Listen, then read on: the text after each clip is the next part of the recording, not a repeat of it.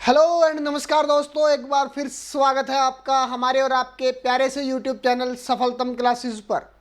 जैसा कि आपको पता है, करंट इलेक्ट्रिसिटी की सीरीज़ पर या फिर करंट इलेक्ट्रिसिटी चैप्टर्स पर हम लोग 1 बाय 1 लेक्चर पढ़ते आ रहे हैं, जिसके 4 लेक्चर अब तक हो चुके हैं। आज हम लोग डिस्कस करेंगे करंट इलेक्ट्रिसिटी का लेक्चर नंबर 5। बहुत ही इंटरेस्टिंग टॉपिक रहेगा और ज़्यादा से ज़्यादा हम लोग न्यूमेरिकल्स को रीच करने का प्रयास आज के लेक्चर में करेंगे। अच्छे लेवल के न्यूमेरिकल्स होंगे, आईआईटी जेई लेवल के न्यूमेरिकल्स होंगे, नीट से ऊपर लेवल के ही न्यूमेरिकल्स होंगे। तो अगर आप नीट के प्रिपरेशन कर रहे हो और जेई की प्रिपरेशन कर रहे हो तो आज का लेक्चर आपके काम का है। तो ज़्यादा टाइम वेस्ट नहीं करूँगा, सीधा चलते हैं मुद्दे पर। मुद्दा क्या है? पहला मुद्दा है फैक्टर अफेक्टिंग रेजिस्टेंस। इसके बारे में मैंने पहले भी चर्चा मैं कर चुका हूं। इसको थोड़ा सा डिटेल से पढ़ेंगे और इसके ऊपर कुछ क्वेश्चंस करने का प्रयास करेंगे। तो पहला जो हम लोगों ने पढ़ा था, क्या फैक्टर अफेक्टिंग रेजिस्टेंस में कौन कौन से फैक्टर होते। पहला फैक्टर पढ़ा था हम लोगों ने length of the conductor. Length of the conductor की जो लेंथ होगी उस पर डिपेंड करता है कौन रेजिस्टेंस, और सीधा सीधा डिपेंड करता है। यानी जैसे जैसे रेजिस्टेंस बढ़ेगा, जैसे जैसे लेंथ बढ़ेगी वैसे वैसे किसी भी कंडक्टर का रेजिस्टेंस भी बढ़ता जाएगा। उसके बाद जो हम लोगों ने चर्चा की थी सेकंड फैक्टर पर, वो आपका था area of cross section. Area of cross section इस पे भी डिपेंड करता है कौन, रेजिस्टेंस। जैसे एक अगर मैं कंडक्टर बना ही लूँ, ऐसा फिर ऐसा फिर ऐसा और फिर ऐसा, ये एक कंडक्टर है, लेट कर लो इसकी लेंथ है L, और ये वाला जो एरिया आपको नज़र आ रहा है रेड कलर में, ये वाला एरिया जो रेड हो जाओ, ये एरिया जो आपको नज़र आ रहा है रेड कलर में, इस एरिया को हम लोग बोलते हैं एरिया ऑफ क्रॉस सेक्शन। और ये एरिया शो करता है वायर की मोटाई को। ये वाला एरिया ऑफ क्रॉस सेक्शन। अच्छा, तो हम लोग क्या बात कर रहे थे? हम लोग बात कर रहे थे कि दो चीज़ों पे डिपेंड किया। पहला कौन, लेंथ ऑफ द कंडक्टर, दूसरा कौन, area of cross section. Third जो इसका फैक्टर है वो है टेम्परेचर, और फोर्थ जो इसका फैक्टर है वो है नेचर ऑफ मटेरियल। भी मटेरियल कौन सा है, आयरन है, कॉपर है, सिल्वर है, उन पे भी डिपेंड करता है कौन, रेजिस्टेंस। और एक फिफ्थ मैं बता रहा हूं तुम्हें, फिफ्थ कहीं नहीं मिलेगा, डायरेक्शन ऑफ इलेक्ट्रिक करंट पे भी डिपेंड करता है। इस पे मैं चर्चा भी करवाऊंगा। डायरेक्शन ऑफ इलेक्ट्रिक करंट पे भी डिपेंड करता है रेजिस्टेंस। आपको मोस्टली बुक्स में केवल ये ऊपर वाले 4 मिलेंगे, और डायरेक्शन ऑफ इलेक्ट्रिक करंट पे जो रेजिस्टेंस डिपेंड करता है बहुत ही महत्वपूर्ण है, बहुत ही इंपॉर्टेंट है। तो देखिए, पहले हम इन दो विषयों पर चर्चा करते हैं। कौन कौन सा? एक तो लेंथ ऑफ द कंडक्टर और एक एरिया ऑफ क्रॉस सेक्शन। अगर मैं लेंथ ऑफ द कंडक्टर पे चर्चा करूं तो आपको पता है आर डायरेक्टली प्रोपोर्शनल टू होता है एल के। यानी जैसे जैसे लेंथ बढ़ेगी वैसे वैसे एरिया ऑफ रेजिस्टेंस भी बढ़ता रहेगा। दूसरा फैक्टर कौन है कि रेजिस्टेंस डिपेंड करता है या फिर इनवर्सली प्रोपोर्शनल होता है एरिया ऑफ क्रॉस सेक्शन के। एक साथ लिखते हैं, R directly proportional, L inversely proportional, A. तो यहां से डायरेक्टली प्रोपोर्शनल का साइन हटाएंगे, इक्वल टू का साइन लेके आएंगे, तो कांस्टेंट चाहिए जिसको हम रो बोलते हैं, और रो होती है रेजिस्टिविटी। क्या होती है रो? रो होती है रेजिस्टिविटी। और इसका रेसिप्रोकल जो होता है 1/ρ, उसको सिग्मा से डिनोट किया जाता है, और ये होती है कंडक्टिविटी। इनके बारे में मैं पहले भी चर्चा कर चुका हूँ, थोड़ी सी रिवीजन करवा रहा हूँ ताकि हम लोग थोड़ा फ्लैशबैक में जाके वापस जब आए तो एक एक चीज हमें ढंग से समझ आ जाए। इतनी बातों का हमें पता है और इन बातों के बारे में हम लोग पहले भी चर्चा कर चुके हैं। अब एक क्वेश्चन पे चलते हैं और वहीं से हमें आइडिया भी लगेगा। किस चीज़ का आइडिया लगेगा? कि फ्लो ऑफ इलेक्ट्रिक करंट, या फिर कहूँ कि मैं डायरेक्शन ऑफ इलेक्ट्रिक करंट पे रेजिस्टेंस कैसे डिपेंड करता है। तो आप देखिए, जैसे एक कंडक्टर बनाते हैं, कंडक्टर बनाया एक, ऐसा कंडक्टर है, देखो कैसा कंडक्टर, कैसा कैसा, इधर से इधर से इधर से,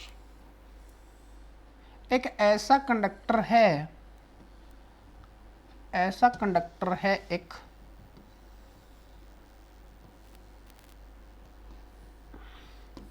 ये एक कंडक्टर है, इसकी ये लेंथ मान लो, ये वाली लेंथ है, ये b है, ये a है, और ये जो हाइट है ये c है। ये length a, width sorry length b, width a और हाइट c। या अगर आप इसको थोड़ा सा और ढंग से सीखना चाहो या फिर इनको डिनोट करना चाहो तो ऐसा भी कर सकते हो कि ये जो विड्थ है या ब्रेथ है इसको मैं b बोल दूं, इसको l बोल दूं, इसको बोल दूं h। अब ध्यान से देखो फॉर्मूले का यूज करना, जो फॉर्मूला हम लोग जानते हैं, कौन सा फॉर्मूला जानते हैं कि R is equal to rho L by A होता है। केवल उसी फॉर्मूले पे चर्चा करूंगा, कोई नई बात नहीं होगी, लेकिन अलग अलग टाइप के क्वेश्चंस बनेंगे उसमें। अब देखो अगर इससे करंट की डायरेक्शन ये है, देखो ये वाली, इधर यहां से आ रहा है करंट। अब हमें अगर इस कंडक्टर की रेजिस्टेंस बतानी हो तो रेजिस्टेंस कितनी होगी बताओ। रेजिस्टेंस का फॉर्मूला क्या पढ़े थे भैया, फॉर्मूला पढ़े थे R is equal to rho L by A. अब L कौन होगा, देखो अगर करंट आ रहा है इस फेज से इस फेज की तरफ तो लेंथ कौन होगी, L। समझ आ रहा है, लेंथ क्या होगी, L ही होगी length. Area of cross section क्या होगा, जो परपेंडिकुलर है फ्लो ऑफ इलेक्ट्रिक करंट के, ये वाला एरिया जो सामने जो ये फेस नजर आ रहा है जो कि B क्रॉस H होगा। Are you getting my point. मैं क्या बोल रहा हूं कि अगर करंट की डायरेक्शन, एक डायरेक्शन मैंने बना दी, यहाँ पॉइंट A है, यहाँ पॉइंट B है। अगर करंट A से B की तरफ बह रहा है तो ये बॉक्स ऐसे रखा गया, इस बॉक्स के इस फेस से करंट एंटर कर रहा है, उस फेस से बाहर जा रहा है। ये वाली जो लेंथ दे रखी है ये L है, ये जो हाइट दे रखी है ये H है, और ये वाली विड्थ क्या है, B। उस केस में मैं क्या लिखूंगा रेजिस्टेंस को, अगर इसका रेजिस्टेंस क्या लिखा जाएगा, अगर इसकी रेजिस्टिविटी हुई, इसकी रेजिस्टिविटी क्या होगी, इसकी रेजिस्टिविटी अगर रो हुई तो R can be written as R is equal to rho, length तो L ही है, लेंथ ये वाली L है भाई, यहां से करंट एंटर उधर से बाहर, तो लेंथ तो है L, और एरिया कितना है, देखो ये वाला एरिया ना, एरिया होगा, कौन सा एरिया होगा, किस कलर का बनाऊं एरिया को, पहले रेड कलर का बनाया था तो अब भी रेड ही कलर का बना देते हैं एरिया को। चलो एरिया हो जा रेड, ये वाला एरिया ना, एरिया तो यही होगा, थोड़ा सा बड़ा कर लेते हैं, ये वाला एरिया। अब ये वाला एरिया कितना होगा आपको समझ आ रहा है, इस एरिया को कितना बनाया जाए, या ये एरिया कितना होगा, ये एरिया होगा सर, ये विड्थ है B और ये हाइट है H, तो ये एरिया होगा B cross H। Area must be equal to B cross H, area equal to हो जाएगा B क्रॉस H। तो R क्या लिखा जाएगा, R लिखा जाएगा rho L by B H, rho L by B H.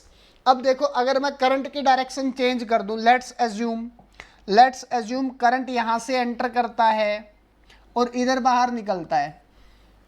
अगर करंट ने यहां से एंटर किया करंट और इस साइड से बाहर निकल गया, तो अब अगर इसका रेजिस्टेंस हम लोग लिखें कितना होगा, रेजिस्टेंस होगा R is equal to rho, length कितनी है H, अब ये हाइट H है ना, ये हाइट H है, करंट यहाँ जो नीचे वाला फेस है इस फेस से एंटर कर रहा है और ऊपर वाले फेस से बाहर जा रहा है, और ये वाली हाइट कितनी है H, तो इस केस में R को लिखा जाएगा रो H अपॉन में, एरिया को क्या लिखूंगा, ये लेंथ है L, ये वाली लेंथ है B, ये वाली लेंथ है B, तो इस एरिया को क्या लिखा जाएगा, L क्रॉस B, तो R क्या बना, रो H अपॉन LB।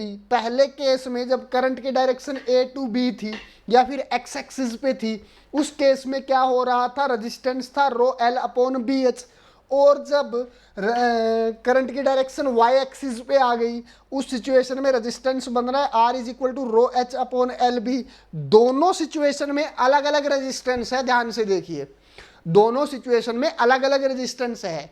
अगर दोनों सिचुएशन में अलग अलग रेजिस्टेंस है, इसका मतलब ये हुआ कि कंडक्टर तो बदला नहीं, कंडक्टर तो वही है। तो करंट जो रेजिस्टेंस है वो किस पे भी डिपेंड कर रहा है, रेजिस्टेंस डिपेंड कर रहा है फ्लो ऑफ इलेक्ट्रिक करंट पे। आई होप आपको पूरा के पूरा ये कंसेप्ट अच्छे से समझ आया होगा। अगर पूरा कंसेप्ट अच्छे से समझ आया है, अगर आपके दिमाग में ये चीज़ सेव हो गई है कि जो करंट है, सॉरी जो रेजिस्टेंस है वो डिपेंड करता है किसके ऊपर, फ्लो ऑफ इलेक्ट्रिक करंट पे, तो थंब यानी कि वीडियो को लाइक कर दीजिए, कमेंट सेक्शन में कुछ लिख दीजिए और अपने दोस्तों के साथ वीडियो को कर दीजिए शेयर। बहुत गजब का कंसेप्ट था और मैं आपसे वादा तो नहीं कर रहा, लेकिन मुझे लगता है कि आपके टीचर ने आपको ये अभी तक नहीं बताया होगा। नेक्स्ट पार्ट पे चलते हैं। नेक्स्ट पार्ट हमारा क्या है, एक और क्वेश्चन देखते हैं। क्वेश्चन ऐसा है, देखो एक सिलेंडर है, सिलेंडर कैसा सिलेंडर लें, एक ऐसा सिलेंडर है ऐसा जो अंदर से है खाली, अंदर से है खाली, बन जा भैया सिलेंडर, ये लो, ये बना सिलेंडर और ये अंदर से खाली। इसकी जो इनर रेडियस है ये है ए और जो इसकी आउटर रेडियस है, इधर बना दो आउटर रेडियस, ये है बी। आपको क्या बताना है, करंट फ्लो कर रहा है ऐसे, यहां से एंटर कर रहा है, इधर बाहर, इधर ऐसे चल रहा है करंट। अब आपको बताना है, क्या बताना, रेजिस्टेंस कि रेजिस्टेंस कितना होगा इस कंडक्टर का। अगर इसकी लेंथ एल है, देखो अगर इसकी लेंथ एल है, फटाफट से कमेंट सेक्शन में, अगर एक तो ना आप वीडियो के साथ जुड़ गए हो तो पूरी वीडियो देखना, अगर आप वीडियो के साथ जुड़े हो तो पूरी वीडियो देखना और कमेंट सेक्शन में मुझे इस क्वेश्चन का आंसर लिखना कि आंसर क्या होगा। देखो रेजिस्टेंस कितना होगा बताओ जरा। रेजिस्टेंस के लिए हमें फॉर्मूला एक ही पता है, R is equal to rho L by A. अब हमें ये बताना है, रजिस्टिविटी तो मान के चलो जितने भी मैं क्वेश्चन पूछ रहा हूँ उन सबकी रो ही है, रजिस्टिविटी रो है, रजिस्टिविटी पे मैं बात नहीं कर रहा, मैं बात कर रहा हूँ लेंथ और एरिया ऑफ क्रॉस सेक्शन लेने कौन से हैं, ठीक है, उस चीज़ पे चर्चा हो रही है हमारी। तो R इज इक्वल टू क्या लिखा जाएगा, देखो रो तो लिखा गया, लेंथ कितनी है, अगर करंट जिस डायरेक्शन में जा रहा है वही लेंथ मेजर करनी होती है, यहां से यहां तक की लेंथ गिवन है L।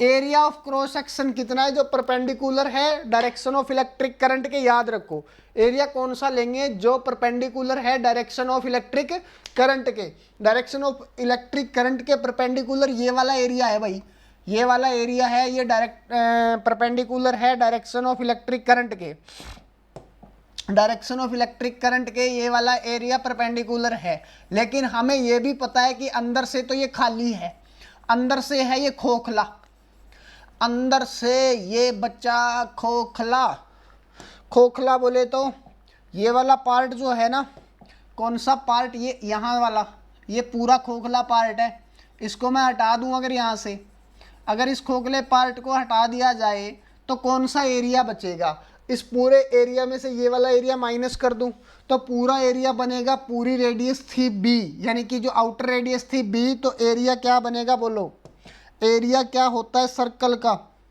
सर्कल का एरिया होता है सर पाई आर स्क्वायर, रेडियस कितनी है बी, तो ये बनेगा पाई बी स्क्वायर, और अंदर वाला रेडियस क्या, अंदर वाला एरिया क्या कर दूं माइनस, तो माइनस करूंगा पाई ए स्क्वायर, क्योंकि जो इंटरनल रेडियस थी वो आपकी क्या थी, ए थी, पाई आर स्क्वायर फॉर्मूला तो वही है। तो जो टोटल रिजल्ट हमारे पास निकल के आया, rho L upon pi common B square minus A square, B square minus A square is the answer. अब देखो इसी को अगर एक और कंसेप्ट के साथ पढ़ा जाए, जैसे सिलेंडर तो वही है, वही सेम सिलेंडर, सिलेंडर है सेम, सिलेंडर है सेम, बदला क्या, बदला फ्लो ऑफ इलेक्ट्रिक करंट, जो करंट पहले लेंथ वाइज बह रहा था वो अब कुछ ऐसे बह रहा है आउटवर्ड, वो अब कुछ ऐसे बह रहा है आउटवर्ड। कैसे बह रहा है? आउटवर्ड बह रहा है। जो करंट पहले चल रहा था लेंथ वाइज, अब वो क्या कर रहा है? आउटवर्ड बह रहा है, यानी कि ये अंदर से होलो है, ये एक सिलेंडर, करंट ऐसे बाहर की तरफ, यानी कि अंदर वाला पोटेंशियल कम अधिक है, बाहर वाला पोटेंशियल कम है, तो बाहर की तरफ ऐसे करंट फ्लो कर रहा है। अब आपको बताना क्या है? आपको बताना है कि इसका रेजिस्टेंस क्या होगा इस केस में। अच्छा, कैसे बताया जाएगा रेजिस्टेंस? सुनो सुनो कैसे बताया जाएगा, कैसे, क्या लिखें? R इज इक्वल टू होता है रो एल। अब ये L क्या होगी?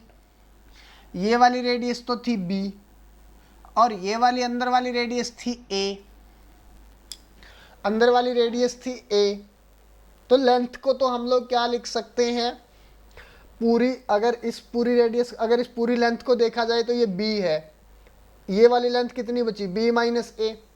ये वाली लेंथ की पूरी कितनी? B, और ये वाली लेंथ कितनी बची? B minus A।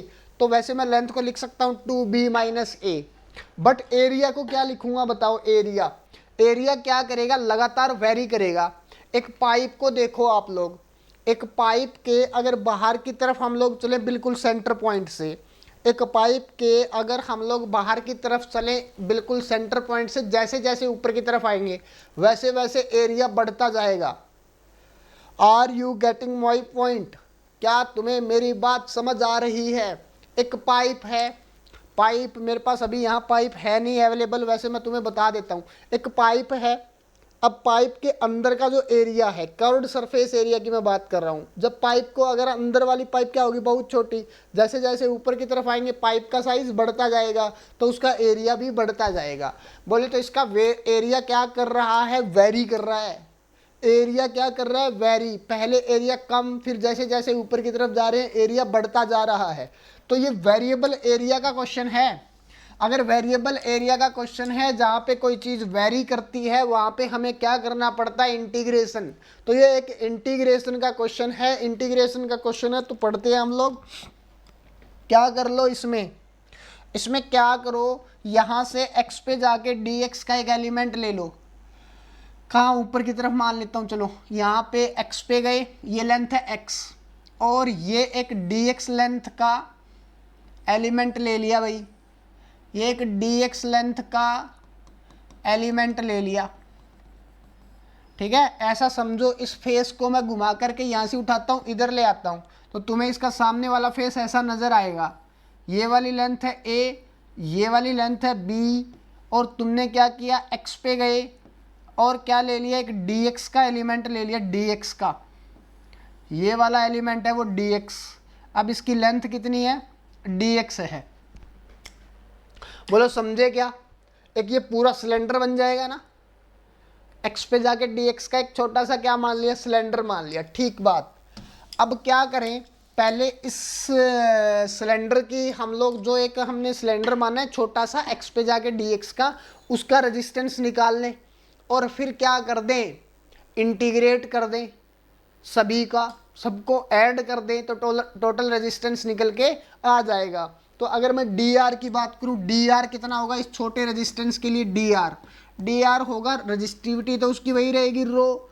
अब इसकी लेंथ कितनी होगी? देखो ये एलिमेंट कितने लेंथ का है? dx का। ये एलिमेंट कितने लेंथ का है? dx का। तो इसकी जो लेंथ हुई वो तो बनी dx अपॉन में इसका एरिया क्या होगा बताओ जरा मुझे?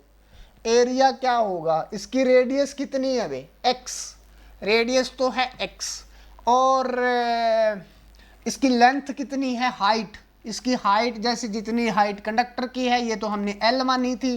अच्छा, एरिया क्या होता है? एरिया होता है 2 पाई आर एच। एरिया क्या होता है? 2 पाई आर एच ऑफ सिलेंडर।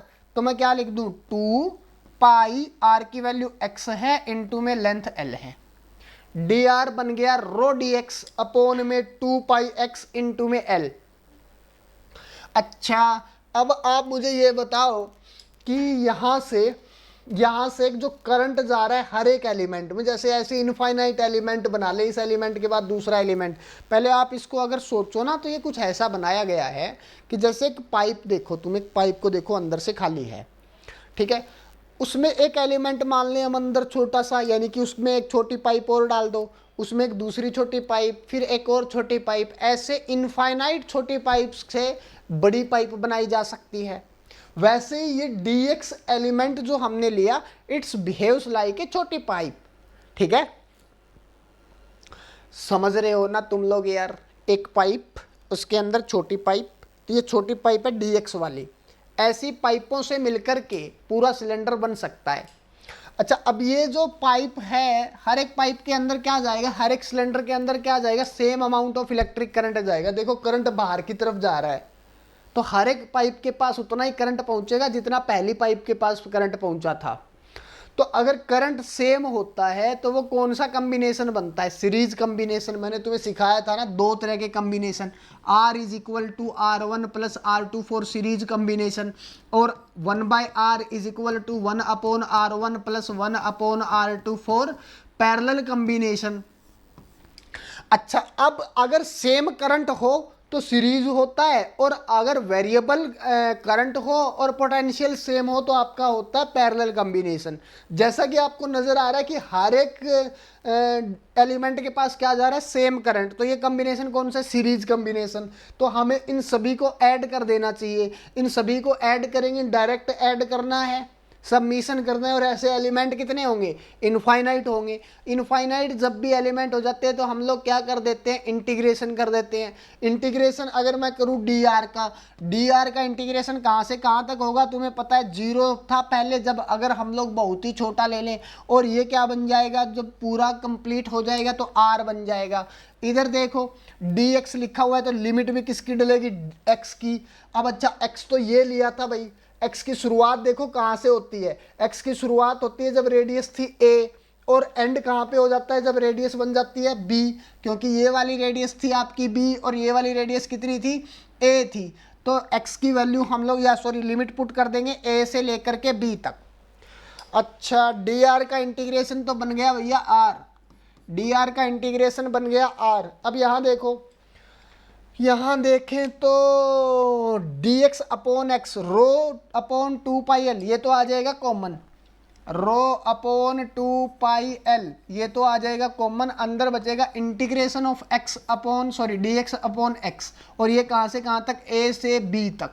अच्छा, 1/x का इंटीग्रेशन, 1/x का इंटीग्रेशन क्या होता है, ln x या फिर log x, जो भी तुम बोलते हो, ln x या फिर log x। तो क्या लिखूं, r इज इक्वल टू लिख दूं rho upon 2πl, r is equal to लिख दूं रो अपॉन 2πl, और इसका इंटीग्रेशन क्या हुआ, ln x। ln x में वैल्यू पुट करेंगे, कौन कौन सी वैल्यू पुट करेंगे भाई, ज़्यादा ही बड़ा लिख दिया ना, a से b तक, a से b तक। अब थोड़ा छोटा लिख देते हैं इधर, देखो तो रो r तो एज इट इज लिख लो, r तो लिख लो एज इट इज, ये ब्लैक लाइन शो करेगी कि ये अलग पार्ट है, ये इधर वाला अलग है, उधर वाला अलग। अच्छा अच्छा अच्छा, तो r इज इक्वल टू क्या लिखूं, r इज इक्वल टू लिख दूं, देखो रो अपॉन 2πl है, rho upon 2πl as it is लिख दिया, ठीक भाई। और यहाँ पे वैल्यू पुट कर दूं ln ऑफ b माइनस में ln ऑफ a, क्योंकि हमने सीखा है जब भी लिमिट पुट करते हैं तो upper limit minus lower limit. एक बार x की जगह b रख दिया भैया, फिर क्या रख दिया a, तो a भी रख दिया।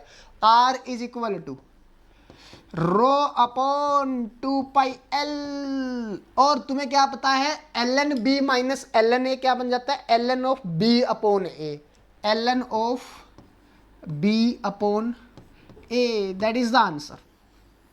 देखो अच्छे लेवल का क्वेश्चन था। अगर ऐसे एरिया वेरिएबल का क्वेश्चन था, ये एरिया क्या कर रहा है, वेरी कर रहा है। अभी तक हम लोगों ने जो पढ़ा है उसके अंदर क्या पढ़ा था, एरिया कांस्टेंट था, r is equal to rho l by A, उसमें l भी कांस्टेंट, रो भी कांस्टेंट और a भी कांस्टेंट। यानी कि रेजिस्टेंस वेरी नहीं कर रहा था। बट ये केस किसका है? ये केस है जब एरिया वेरी करेगा। ऐसे ही कुछ क्वेश्चंस आएंगे जिसके अंदर क्या करेगा, लेंथ भी वेरी करेगा।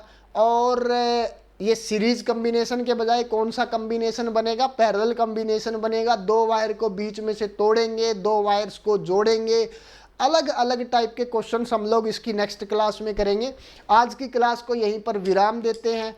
मिलते हैं हम और आप इसकी नेक्स्ट वीडियो में कल ही।